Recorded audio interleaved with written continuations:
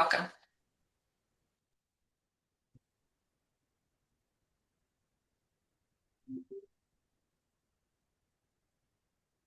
Thank you everyone for joining us today. We'll go ahead and get started in just a moment.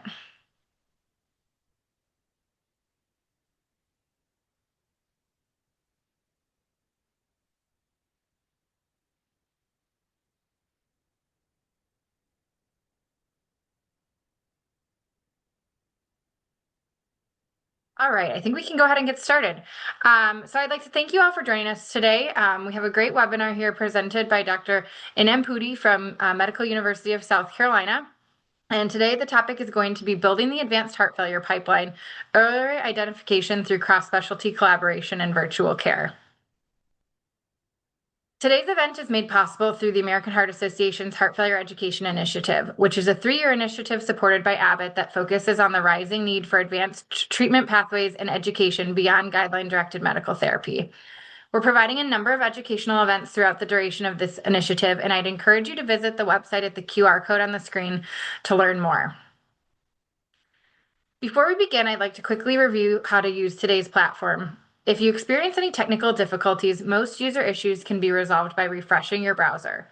If that does not work, please review the system requirements or contact the Zoom webinar helpline. To access live closed captions, please click on the closed caption button found on your screen. Throughout today's presentation, you'll have the opportunity to submit text questions to our presenters using the Q&A feature on your control panel. You can send your questions in at any time, and we'll review them during the end at our Q&A session as time allows. There'll also be a PDF of the presentation today available in the Resources tab.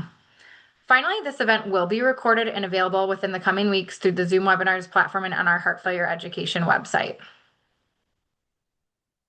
I also want to take a moment to remind you that the recommendations and opinions presented by our guest speakers may not represent the official position of the American Heart Association. The materials are for educational purposes only and do not constitute an endorsement or instruction by the Heart Association. The American Heart Association does not endorse any device or product. And with that, I'd like to introduce Dr. Chakradhari Inampudi. Dr. Inampudi completed medical school in India, followed by an internal medicine residency at MUSC. He pursued cardiology fellowship training at the University of Iowa and advanced heart failure and transplant fellowship training at Vanderbilt University. Dr. Inampudi joined MUSC as heart failure faculty in 2020 and is currently an associate professor in the Department of Medicine. His leadership roles have included serving as the medical director of the Heart Failure Disease Management Program, Cardiac Rehabilitation and Cardiopulmonary Exercise Laboratory, and the Diuretic Infusion Clinic. His full bio is available in the Zoom lobby. And with that, I would love to turn it over to Dr. Inampudi. Feel free to introduce yourself and go ahead and get started.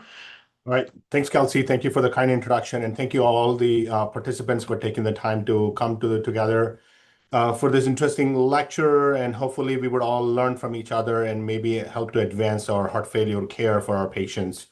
Going to next slide. I have no relevant financial disclosures for this topic, and so quick introduction. We're going to talk a little bit about the definition and the epidemiology of heart failure. We'll talk about the importance of referral, more specifically related to the timing of the referral. We'll also talk about the implications of the referral delays. We also will discuss some strategies to reduce referral delay and suggestions for any future intervention. Now, advanced heart failure, I want to start off with based on what the HFSA definition. As we know, it's the presence of progressive or persistent severe signs and symptoms of heart failure despite optimal medical, surgical, and device therapy. Importantly, this is accompanied by frequent hospitalization and severely limited exertional tolerance and a poor quality of life. It is associated with a high morbidity and mortality, with mortality rates approaching 40% at 1 year. And for us to say somebody has advanced heart failure, the decline of the patient should be primarily driven by the heart failure syndrome.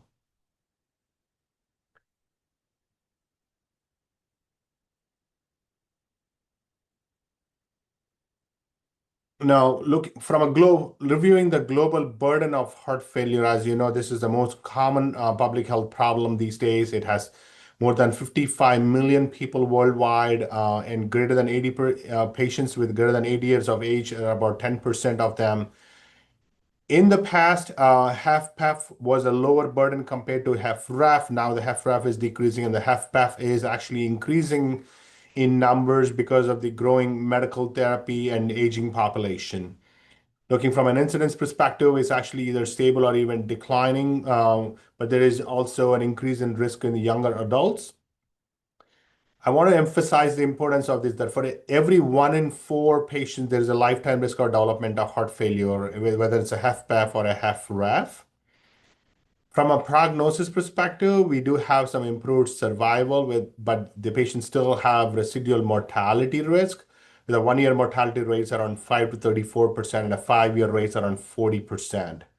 They're also, from a morbidity perspective, they're at risk for 1 year hospitalization is about 30%. And more patients experience impaired quality of life. And the death in these patients could sometimes be cardiac related, but also non-cardiovascular events are also primary events that can drive the hospitalization too. The most important thing for folks in the healthcare system is that it is costly, and the expense was around $284.17 billion in 2021. And the cost is only going to increase, and the projected cost increase is about 48%, with the direct cost around $136 billion that is expected for the future. Looking from an etiology perspective, obviously coronary disease or ischemic cardiomyopathy is the most common reason. But looking from a non-ischemic cardiomyopathy perspective, there are many reasons. We have hypertensive cardiomyopathy. We have cancer-related cardiomyopathy. The newer medications that are on the horizon from a cancer therapy perspective are continuing to cause problems in the form of myocarditis or uncontrolled blood pressure that ultimately leads to heart failure. And other cardiomyopathies like Chagas disease, HIV, sarcoidosis, hypertrophic cardiomyopathy, and idiopathic dilated cardiomyopathy. We also have congenital heart disease. Growing therapies have led to improved survival of patients with congenital heart disease, and we now have more of them transitioning from the pediatric to the adult world. We have cardiac amyloidosis patients which is also responsible for development of heart failure. And I just wanted to put in a quick plug that I've learned before the webinar today about the AHA initiative on trying to address the cardiac amyloidosis treatment strategies and also help to reduce the future risk of heart failure. So look forward to that. We also have valvular heart disease that take a good proportion of patients, especially the heart failure with preserved EF in patients who are undergoing TAVR.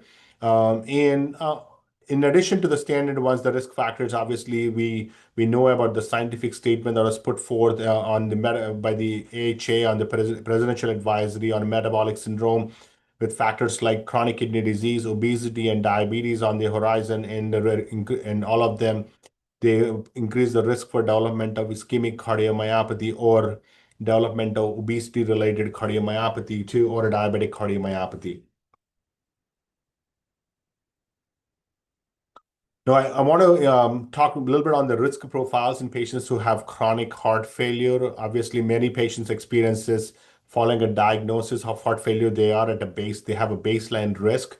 Once they develop heart failure, when they are at stage C, they automatically have the baseline risk. And that risk, even after treatment, starting guideline-directed medical therapy, and also working on development, using all the device-related therapies, there is always a residual risk in the lifetime of a patient with heart failure. And over time, there could be a worsening risk, and which ultimately the patients develop advanced risk, where patients are no longer tolerant of guideline-directed medical therapy and would need to be considered for advanced therapies if they are a candidate, if not palliative care therapy for these patient population. Now, I wanted to quickly talk about heart failure staging. Many of you are maybe aware of this, but I'm sorry if this is sort of redundant, but I wanted to emphasize the importance of the staging. For stage A, you have patients who are at high risk with really no symptoms. These are the patients who have history of high blood pressure, diabetes, or obesity, or chronic kidney disease, they are at risk for development of heart failure. Stage B is patients who already have a structural heart disease problem with really no symptoms of heart failure. Then we have stage C heart failure patients. So patients, if they have had a hospitalization at least once, they are stage C. And if they have heart failure hospitalization more than 2 times, depending on the guidelines that you review, if it's more than 2 times, whether in the past 6 months, then they qualify under stage D. Very important to know that patients go from a stage A to stage D, but they do not come back, unlike the NYHA functional classification. Now, I know I'm going to be talking more about the advanced heart failure, but looking at it from an incidence and prevalence perspective, as you could see, majority of the patients are within the stage A and the stage B. And I was very pleased to see that the scientific statement put forth by Heart Failure Society of America and also the preventive cardiology. It's a beautiful statement. I would encourage everyone to read about it. And as a community who cares for patients with heart failure, we have to emphasize about preventing heart failure than actually managing them at stage D phase.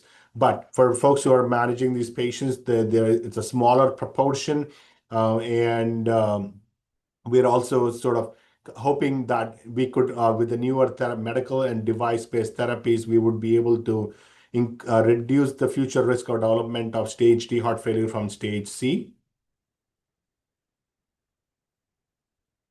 Now, when looking at an advanced heart failure risk markers perspective, this is sort of an important acronym that I would everyone to take home today. It's called I Need Help. It's born out of the Europeans' scientific statement on advanced heart failure. It's a pretty neat acronym that would help you to identify the patients.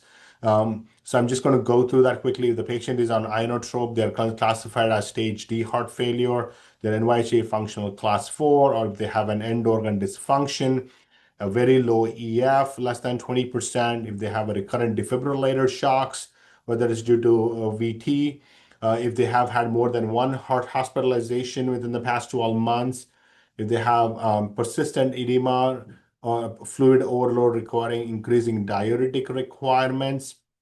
Now, they also have a low blood pressure with systolic blood pressure less than 90 millimeters of mercury and unable to tolerate guideline-directed medical therapy.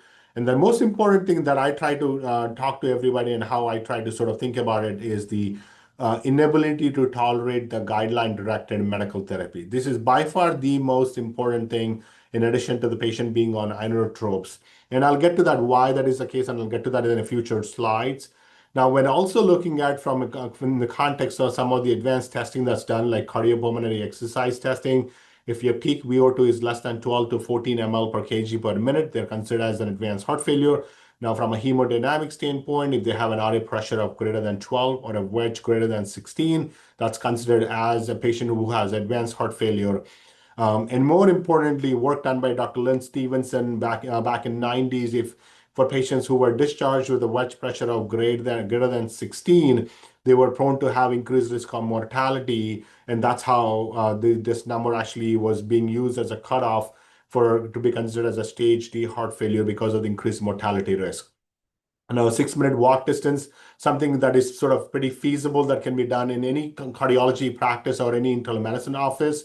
If you don't have access to specialized testing like cardiopulmonary exercise tests, if your 6-minute walk distance is less than 300 meters, that patient is actually considered to have a stage D heart failure if they have a pre-existing heart failure.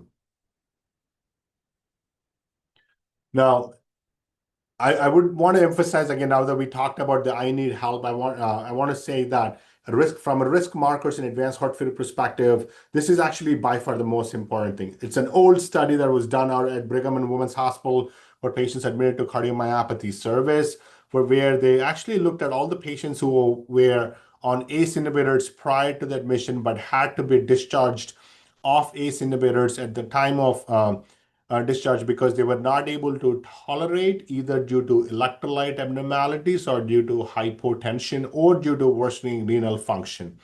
Now, these patients, their risk of mortality, granted, this is an observational study, their 6-month mortality rate was greater than 57%.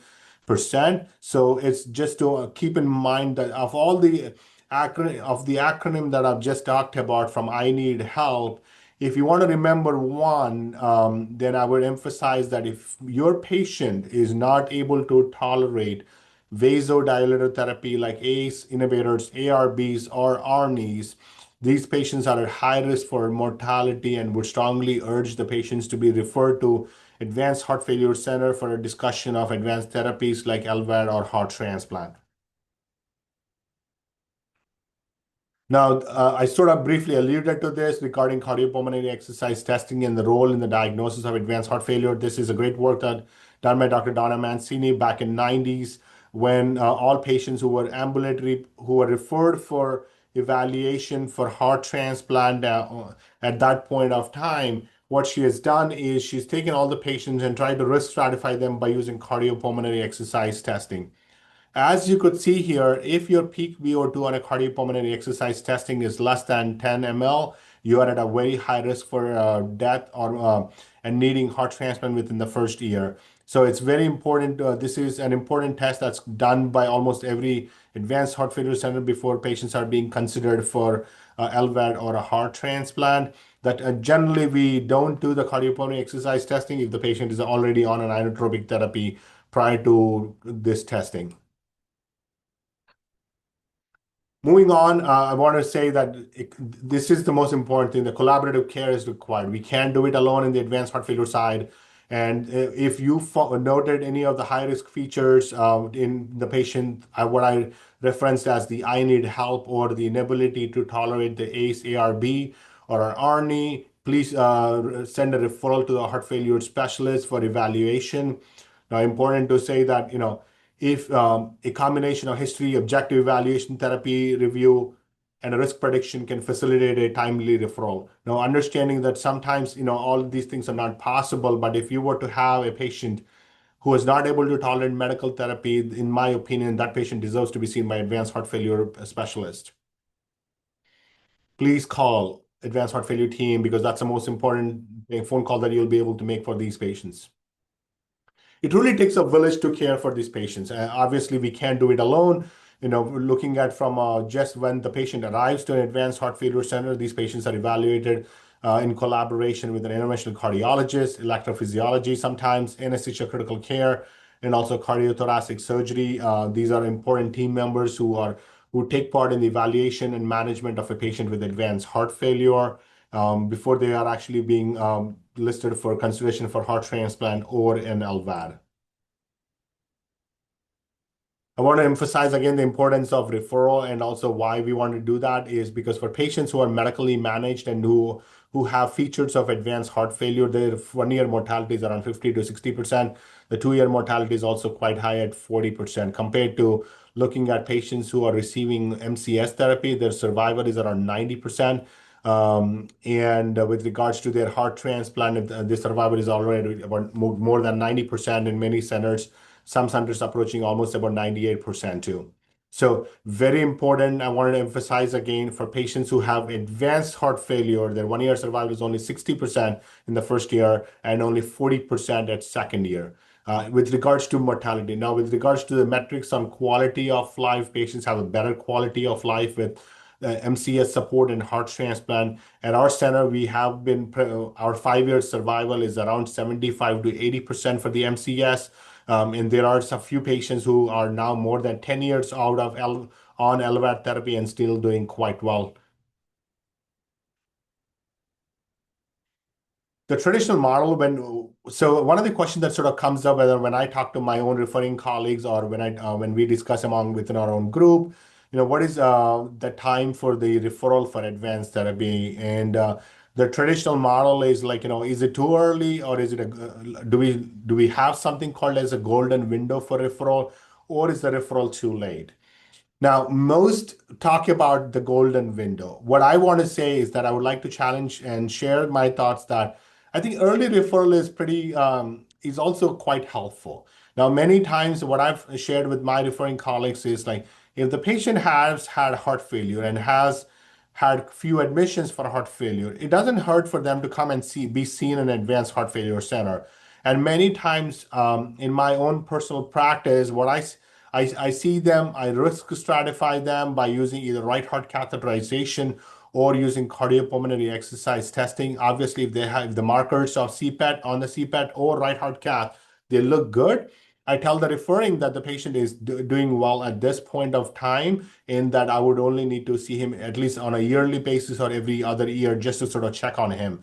Now, the problem most of the time is we all try to look for this golden window for referral, and there are many challenges. Some are physician related, some are patient related, and some just also because of the access perspective too. And while we are hoping to have a golden window for referral, which is where the patient is experiencing NYHA functional class 3, 4 symptoms, or they were on good guideline directed medical therapy in the past, they are no longer able to tolerate it. What appears to be like a phone call that was sent or a patient message sent out to our inbox saying, he was on Toprol XL 150 milligrams daily. He's not able to take it. He's complaining of some dizziness with really no other reasons to explain the dizziness.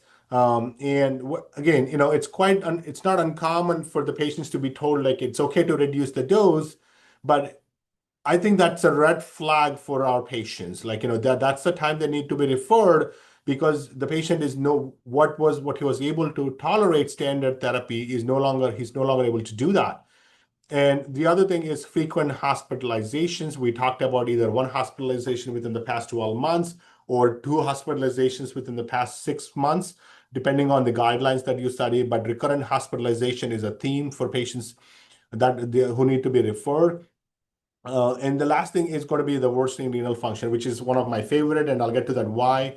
The problem is, while looking for the golden window for referral, most of the time my experience has been that there are about a good proportion, I would say maybe around 20 or 30%, who could have been sent in the golden window. They end up coming as a referral too late while they're coming in, and many on the call today might have heard about it or might have taken care of patients who have had issues with severe malnutrition. They've developed cardiac cachexia, they have developed multi-organ failure, and the famous Friday evening call, you're just getting ready to go home and sort of plan something with your family, and then you get a call that somebody is in cardiogenic shock and they need to be transferred. But the reality is, like, these are the patients who were actually seen by us and being cared by us for quite some time, and we might have missed the window of opportunity. Now, some of the criteria for advanced therapy referral, I would say this is most patients, all of these patients for folks in cardiogenic shock they have a VT storm, a hospitalized heart failure patient who's not able to tolerate medication, now have a liver dysfunction or a renal dysfunction, or they are in ambulatory cardiogenic shock, or they are worsening heart failure, or a low output syndrome. All of these are pretty standard criteria for advanced therapy referral. And I would say, I think most physicians taking care of the patients or staff taking care of the patients, we are pretty good about cardiogenic shock and electrical stim referral. But the question is going to be, when you look at cardiogenic shock, and what was the timing of it? Is this patient who was being sent at a SCI stage C, which is a classic cardiogenic shock, or are we sending this patient at a SCI stage E, which is extremist, now needing ECMO or other advanced therapy? And at that point, are these patients actually considered candidates for advanced therapy? Now, looking at some of the barriers to advanced heart failure referral, we want to, like, there's always challenge because of the overlap of the heart failure presentation. There are some criteria, but there is also, it's not as simple as we would like that to be. And it's hard on a busy practice to really look at all these characteristics that we talk about. And access to the referral advanced heart failure specialist at the referral center sometimes can be challenging, or a referral was sent, but sometimes the referral might not have been seen by an advanced heart failure team. With regards to the patients and caregivers, I have had many patients who were informed by our referring colleagues to be seen by they've sent a referral for advanced therapy, but the patients and caregivers, because of the way they have been feeling, or for many other reasons, then generally they have delayed their visit to an advanced heart failure physician. And more importantly, is also the reimbursement thing because it's a complex consultation. There's a lack of proper reimbursement for these things, and that also poses some of the challenge as a barrier to the advanced heart failure referral. Now, from the patient factors perspective, I briefly sort of touched on it. If they're not living, if they are living in an urban area or if they're close to a tertiary care center, they're more likely to be seen. But if they live in a rural area or a lower education level, females are generally less seen at an advanced heart failure center. And also the African American patients who were in studies noted to have lack of access to an advanced heart failure physician. Now, when looking at application of the guidelines, whether it's an ESC guidelines or a Heart Failure Association guidelines in the management of advanced heart failure, I'm sorry, it's a busy slide, but it's important to know that, despite all the knowledge that we acquired as a advanced heart failure specialist, there is still variation within our own advanced heart failure cardiologists about in the knowledge and application of when these guidelines have to be applied and how do we evaluate these patients. There are some opinions about it. And also between the cardiologists, also there are the experience challenges with referring to the tertiary care centers. But one thing to know that, of the 497 respondents within the group among the heart failure cardiologists, only 25% were not able to sort of do it, but 40% of them in the general cardiology world had some trouble with it in recognition of the advanced heart failure. Some of the strategies that we want to consider adopting to reduce the referral delay, obviously, outreach clinics, establishing referral clinics within the advanced heart failure centers. Here at MUSC, we are about 18 hospital network. We're going to talk more about that. We have physicians going to different locations. Important, and also we try to do our best when we go to the outreach clinic to educate our own colleagues, and we learn from them. We try to learn some of the challenges they experience when they're trying to refer patients to us, whether it's to the main hospital or whether even when they are being seen in the clinic locally. We try to meet with our primary care team members and try to identify some of these strategies, the troubles that they have, and try to share some strategies that might help them. Obviously, one of the growing challenge back in 2010 when advanced heart failure was recognized by the ABIM as a specialty, there was a large interest in advanced heart failure, but as time went on, there is less and less interest in the advanced heart failure. So there is less number of trainees, but there are lots of efforts from the organizations trying to increase the number of trainees to help care for the growing patient population with heart failure. Some of the other possible solutions to a referral, obviously, we want to sort of broaden and clarify the definition of advanced heart failure. And, the definition that I talk to sometimes can be cumbersome to sort of remember as time comes on. And if you're seeing a patient in your clinic and you have a 20-minute time, you're trying to look at their labs, their hospitalization information, their medical therapy, and things like that. These are all challenges. These are day-to-day challenges even I face sometimes, but we do the best we can to sort of help these patients. Obviously, some of the campaigns like the AHA campaign now that we're looking towards, we partnered with 14 other institutions, and all of us are coming together and coming up with ways that has worked each at their institutions. We are doing the best we can to improve the guideline awareness and some joint initiatives that we are doing here today with support from Abbott. And the other things that has worked with much success is going to be in the telemedicine world. I always tell my colleague that, all my colleagues that COVID has done a lot of bad things, but it really has helped us to come closer to our patients through the telehealth support. I've been instrumental in developing some structured heart failure pathways at our institution, and also educational effort with all the other things in about heart transplant or MCS.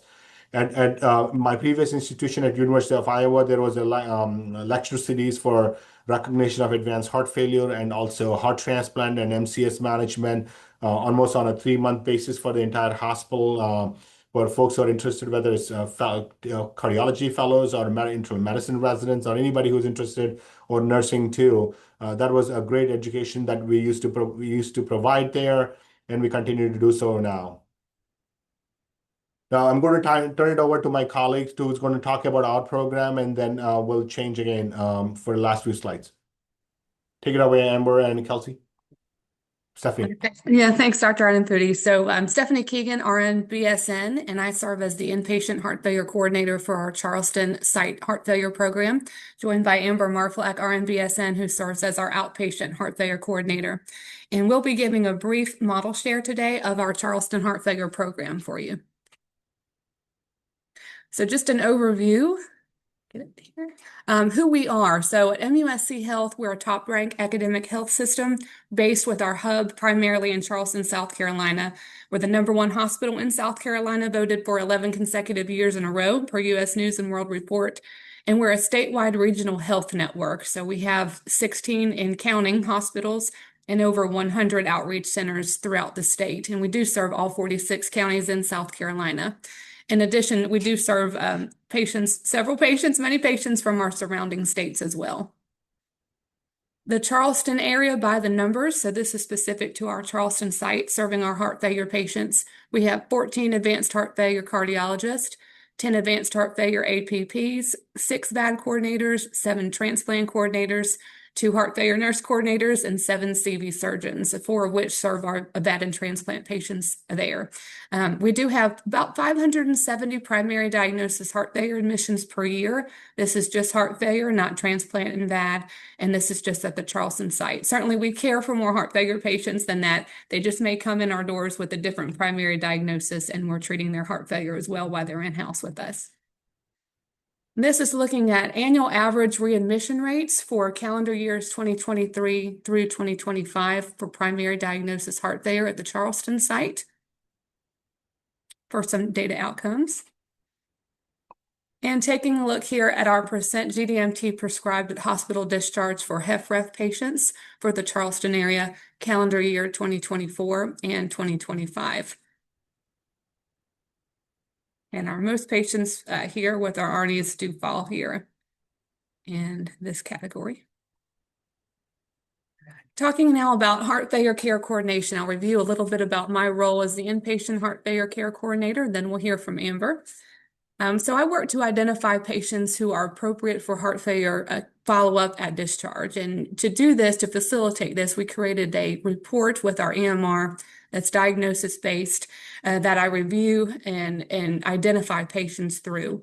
And in doing that, I ensure that there's a referral placed for heart failure follow-up. I'm sure many on the presentation with us today may be aware of how difficult it can be if the patient is not directly referred for follow-up care.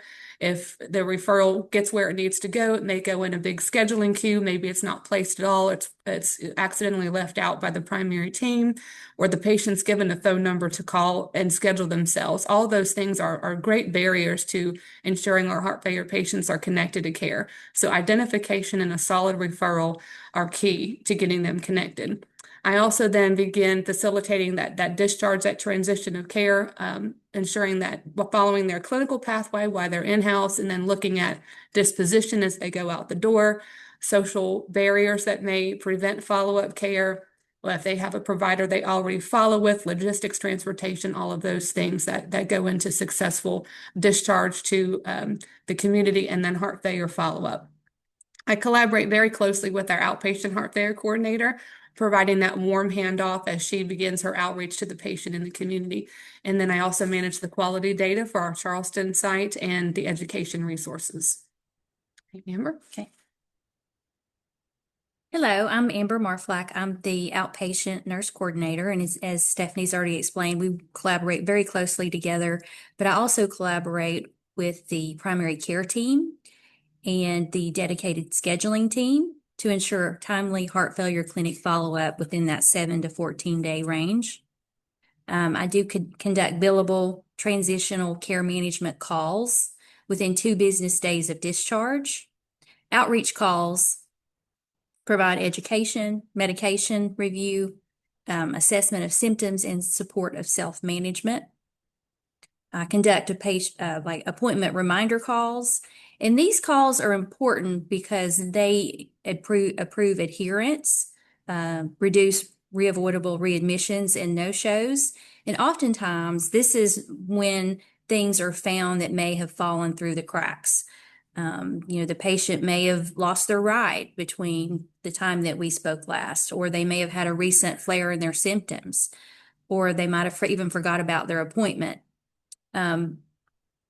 Also, I identify patients that that has social determinant of health discrepancies, and I connect those individuals with the appropriate community resources. The main one is our dedicated community health worker. We also have our pharmacy concierge service for the medication component, and we'll talk a little bit more in depth about those two resources that we have. Excuse me. So Connections to Care, our APP clinic, and our dedicated scheduling team. We have an APP clinic, which has been instrumental in tearing down that barrier to obtaining quick follow-up for heart failure patients after hospital discharge. It can be difficult, really, to get an appointment with any provider these days within 7 to 14 days of a discharge, let alone specialty care providers like heart failure specialists, cardiologists. So having this APP clinic has really bridged that gap in care. And we have an over 95% success rate in securing our patients an appointment following their hospital discharge for heart failure. We have 6 on-site clinics with our APP clinic. Most are based right in Charleston or the surrounding areas, surrounding towns. And we offer 8 telehealth clinics. These clinics are located in various clinics throughout the RHN and other cities, other areas of the state. And they really are a great, like a hybrid type of care for the patient. They arrive, they're checked in by a person, a nurse lays hands upon them, takes their vital signs, is with them in the clinic, and then that heart failure specialist, our APP, joins via video. So it's a great method of blended care for the patients. And it kind of fulfills that need where they feel like they're there in person, but they're also getting that specialty care without having to travel down to Charleston. We also offer video visits in our heart failure APP clinic. Again, can't travel, won't travel. We're going to meet the patient where they are. So we say that, an attended appointment, no matter what the method, is better than a patient lost to follow-up who's not getting the care they need. So this clinic has really allowed us to provide that timely access for our patients. Of note, we do have pharmacy staff on site at our Ashley River Tower APP clinic, which is our main hub. And that does allow for patients to meet right there with the pharmacist at their heart failure appointment to do some medication review and receive some additional education about their medication regimen. And that's incredibly helpful as well. So we also have our dedicated scheduling team, and they provide direct communication between the inpatient and the outpatient RN care coordinators regarding a care transition plan to optimize appointment timing, the location, which is most convenient for the patient. They are available in a very timely manner if the appointment needs to be rescheduled to accommodate the patient needs. So if I'm making an outreach call and the patient's like, oh, I just found out I can't do that appointment, then we're able to quickly remedy that using our scheduling team to get them in a timely manner. And they also follow up on our no-show canceled patients, just to provide that extra layer of outreach to try to get them, rescheduled and back in the clinic as soon as possible. Next. And this has been so helpful to have a dedicated team. It's really one individual, and she's supported by 2 other folks if she's out or needs coverage. But these folks, if the referral or the appointment would go into a work queue somewhere in a large scheduling department, a lot of things would be missed. Patients would potentially be scheduled at clinics too far from their home or with a provider maybe they haven't seen before, someone who just kind of needs to tick boxes and get an appointment scheduled with a provider. And that really it's not the best for the patient. It could lend itself to non-attendance to the appointment. And Amber and I know our patients so well. We know where they need to go, what their preferences are, what their transportation is like. And having that direct contact with the scheduling team who can plug those patients right in. They know the APP flow with the in-person clinics, the telehealth schedules. They know those so well. It really is a very well-ordered process for us to connect our patients. All right. And our additional resources. So I'm going to highlight our community health worker. He is disease specific. So he's only for our heart failure patients. And then he helps all of our patients throughout our regional health network. He assesses their social determinant of health needs, including transportation, food, housing, stability, financial barriers. He connects those patients with resources to reduce barriers to heart failure self-management. He also builds trust through culturally responsive engagement and advocacy to improve all overall care continuity. He basically meets them where they are, and that makes all the difference to the patient when they feel like someone is really listening to what their needs are. He's mostly based in Charleston, so his hands-on community efforts are in the Charleston area, but he serves our RHN by connecting with other community health workers throughout the regions if he needs to plug in for a heart failure patient. And he's walked the streets. He's given food and a winter coat to one of our patients who was on the street, and all the way from giving scales and blood pressure cuffs throughout the community. He's a fantastic resource for us. And we'll finish with the pharmacy concierge service. This was a program started about 3 years ago in partnership with our pharmacy team and Dr. Chakradhari, who's leading the presentation for us today. It's a fantastic service. It's free to patients, so they voluntarily can enroll with this. And basically, they get their very own connection to a pharmacist. The pharmacist outreaches to the patient, kind of consolidates all of their prescriptions and medications, provides education, and is able to connect with cost discount programs and programs the hospital pharmacy is able to access that a community pharmacy may not. So removing cost barriers for patients, consolidating all their prescriptions in one location. And then when it's time for refills, that pharmacist is reaching out to the patient to inform them the refills are coming, give additional education. The service also does mail order delivery for medications and pill packing. So I'm sure many of us have heard, seeing readmissions, patients coming back in the hospital. I was out of my meds. I couldn't get a ride to the pharmacy. I can't afford my meds. I don't have all these bottles. I can't manage it. All of those things bring patients into the hospital. So this is an excellent service that helps prevent that and helps support our patients with self-management in the community. And with that, we'll turn it back over to Dr. Inampudi. Thanks, Stefanie. Thanks, Amber. So we're moving on. We're going to talk a little bit about the clinical pathways that were developed within our MUSC health system. These are some of the educational efforts for the health staff and also for all the team members and faculty who are caring for these patients. I had a privilege to work on this and then work with the team to develop the care pathways. The pathways are actually are taken into consideration of all the guidelines, and also they help to manage, to standardize the care of a heart failure patient across our health system. And one of the efforts within the pathway was like we built the I need help triggers within the pathway. And once the pathways are used, and there is a trigger, for example, a patient who is being followed on a non-heart failure service and is on an inotropic therapy, or if they have had a few hospitalizations for heart failure, but they are on a family medicine service or an internal medicine service, we actually get a trigger for that. And then we consult our colleagues, at which time we consult on them, and then if appropriate, we'll transfer the patient to the heart failure service and start evaluation as appropriate. And more importantly, after these patients are seen within the hospital, I would say, we strive hard to get them seen in the clinic, and you just heard all about that. And also the cardiac rehab programs or physical therapy programs as eligible they are within the upon hospital discharge. The challenge has always been how do we implement this? We've implemented this for about a few years ago. There is variation in the utilization. There are times where the utilization is pretty heavy. There are times where the utilization is still getting better. I would say there is, despite the ups and downs, we continue to sort of encourage and educate the physicians and the faculty who are joining the health system about utilization of these pathways. We were one of the pilot pathways and we've learned a lot during this process, and we have helped since then development of AFib pathway and other management pathways for different clinical conditions. And we continue to sort of strive towards improving that. As you could see, the goals are around 25% from an access perspective. Now, the telemedicine program, I sort of briefly touched on it, and this has really helped me personally.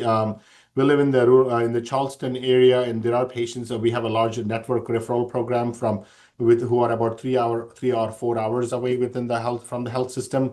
Sometimes it's difficult for the patients, and there are times where the patients are referred by their own cardiologist or primary care, but there are challenges regarding transportation or the ability of the patient to come to the clinic on a certain day, or it's the challenge the physicians face on a day-to-day basis, the lack of availability for space for the patients to be seen in the clinic. Now, I do a good proportion of virtual care for these patients where the goal was primarily to evaluate patients, understand their symptomatology, and also review their medications and discuss with them about the testing that they would be needing as a part of evaluation for their heart failure.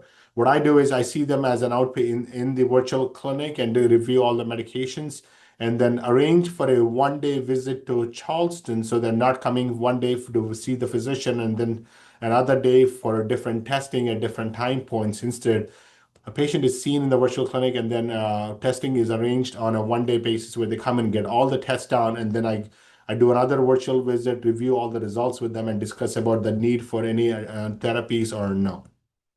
This has really helped, and patients and family members have actually liked it because they also have to make only one trip because there are some challenges for the patients to come, whether it's taking time off from work for their family members or the individual patient inability to drive here. So that has helped for some of our patients coming to the pipeline too. Now, another thing is going to be talking about multidisciplinary care coordination objectives. Obviously, we want to improve the communication and coordination between all the specialists within the area and also outside. We try to guarantee the continuity of care through collaborative teamwork. We have many patients who we follow for heart failure. They are seen locally by their own cardiologist, and they are seen by me once a year. Depending on if there is a need, the patients are also sent on an urgent basis. That also has helped to identify these patients and provide timely, efficient, and high-quality care for these patients.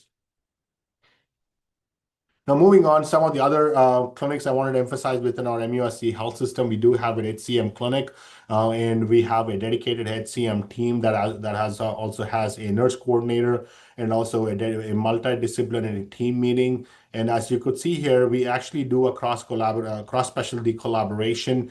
We have a cardio-oncology clinic, we have a cardiosarcoid clinic, we have genetics clinic, interventional and structural clinic, and obviously the EP clinic that is shared within the practice. This specialty collaboration has really allowed us to understand and also know for all the providers and the patients the different time points in their lifetime and when they will be referred for advanced therapies and things like that. I actually enjoy this. In addition to the work that I do, I also listen into the HCM multidisciplinary team meetings and cardiac sarcoid team meetings and everything that has helped to enhance my personal knowledge of the growing changes that are happening within the world of HCM or sarcoid or genetics and other areas too. We have a good communication with our regional health system, as already you heard about us having 17 hospitals. So we communicate with many of the physicians within our health system because of the same Epic health system that we have. They also have access to our notes, and they're also able to share timely information about patients through the secure messaging platform. Now, one thing I want to emphasize, share about my personal practice. When I joined here as an heart failure cardiologist in the MUSC health system, I also was interested in understanding about the medical therapy within advanced and for patients who have advanced chronic kidney disease. And because of my interest and my work in that space, I've been given the fortune to care for patients with end-stage kidney disease and help them risk stratify because of the transplant background for their abdominal transplant. That collaboration with the abdominal transplant team has evolved me to develop collaborative care with our nephrology team. And at this point of time, now 6 years into the collaborative efforts, I see all patients who have heart failure, whether it's a stage C or a stage D heart failure, and they have CKD. I see patients with whether they have CKD stage 2 and high, and we discuss about the management strategies for these patients. We closely communicate with the nephrologist. We also identify opportunities if the patient would need a multi-organ transplantation or access to the pillars of heart failure. And many of us in the call today, I'm hoping that are also aware of the pharmacological therapies that has evolved in management of patients with the chronic kidney disease. They are shared pretty much similar to the heart failure, whether you're talking about an ARNI or a GLP-1 receptor agonist, or whether you're talking about an ACE inhibitors, any of the standard therapy, they are now shared. So this collaborative clinic has helped us to understand more and has also helped us to identify patients who will need both heart and a kidney transplant in a timely manner. No, lastly, in the conclusion, I would like to say that the risk prediction in advanced heart failure is challenging. I know I Need Help is a great acronym that will help, but there is more to the patient with heart failure, and it's important that the patients with heart failure, especially if they have had hospitalizations or ICD shocks, be seen by the heart failure team in a timely manner. And the hope is that once they are seen and risk stratified, if they are doing okay, they can be seen relatively either at once a year or once every 2 years. But that early referral really makes a lot of difference for the patient care perspective. The landscape of LVAD and heart transplants is rapidly changing. Timing is really everything for optimal outcomes. I cannot emphasize this. Timing is everything for optimal outcomes of these patients. We're still learning, and I'm sure we'll continue to learn about this and to improve the care of our patients. But more importantly, I would say the collaboration is the key. That collaboration really what really drives patient outcomes. Thank you all for taking the time to listen in today in your time, and happy to take any questions at this.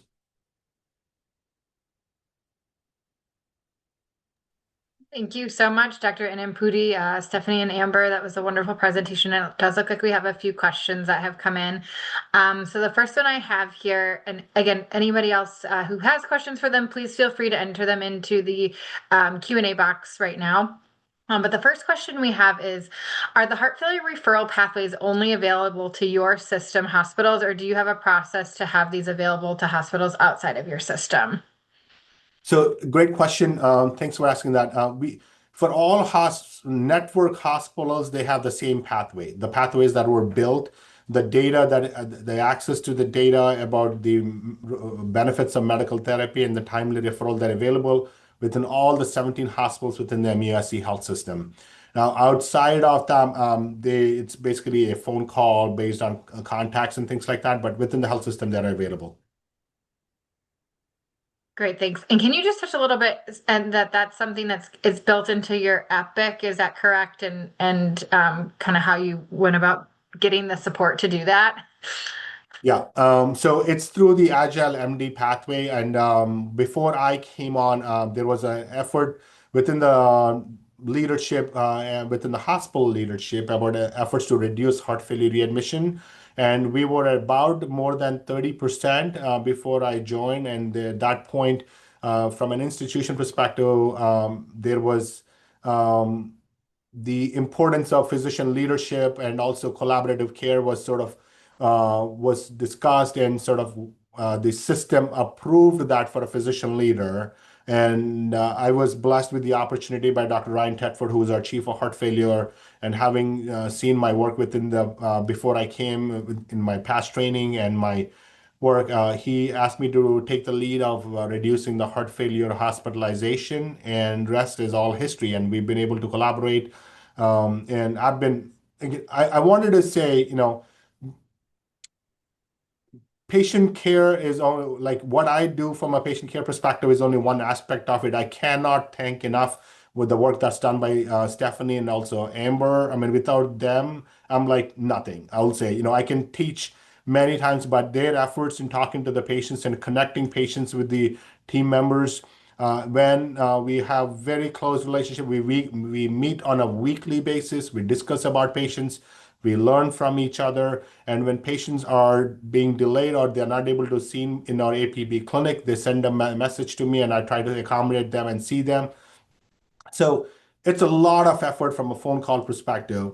And each of these, the pharmacy concierge service, which was sort of touched on, is another one that I'm very happy about.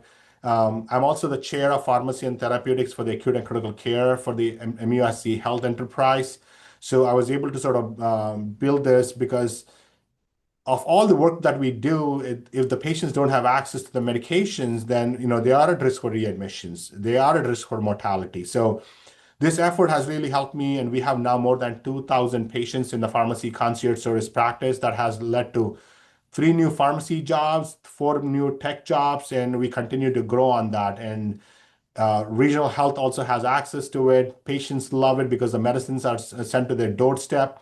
And all prior authorizations are taken care by our pharmacy. So no physician who puts in a referral has to ever deal with the paperwork for prior authorizations of these drugs. Yeah, that's a huge burden off of their already busy plates. There's a follow-up question kind of related to that ties in nicely. So one of them is, how did you obtain the bandwidth for and buy-in for community health workers in the pharmacy concierge service? And how did you get funds to do this? Yeah, so the pharmacy concierge service, it was a difficult challenge, I would say.